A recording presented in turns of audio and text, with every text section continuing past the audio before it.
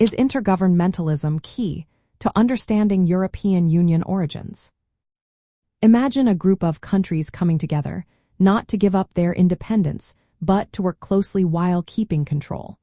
That's the core idea behind intergovernmentalism. It's a way to see how the European Union started and grew. After World War II, European nations wanted peace and stability. They were cautious about losing their sovereignty, so they chose cooperation over surrendering power. In the early 1950s, 6 countries, Germany, France, Italy, Belgium, the Netherlands, and Luxembourg, created the European Coal and Steel Community. They agreed to manage their coal and steel industries together to prevent future wars.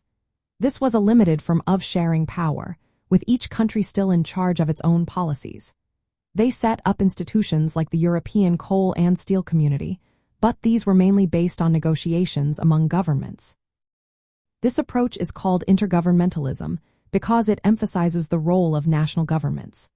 They negotiate, make compromises, and decide together, but they do not give full control to a central authority.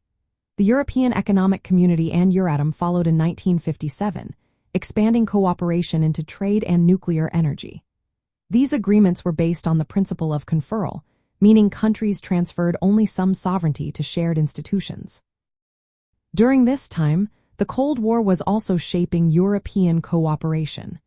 Countries in Western Europe wanted to stand united against the Soviet Union.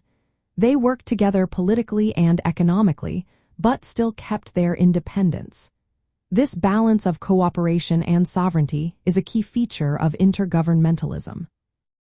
Even later, when the Maastricht Treaty was signed in 1992, creating the European Union, the idea of intergovernmentalism stayed strong.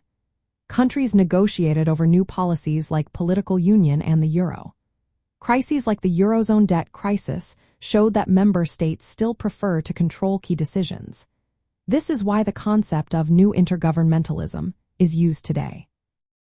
It highlights how states continue to shape the EU, balancing between shared institutions and national sovereignty. So, understanding the origins of the European Union means understanding how countries chose cooperation without losing control. Intergovernmentalism explains why decision-making often involves consensus and why some areas remains mainly intergovernmental.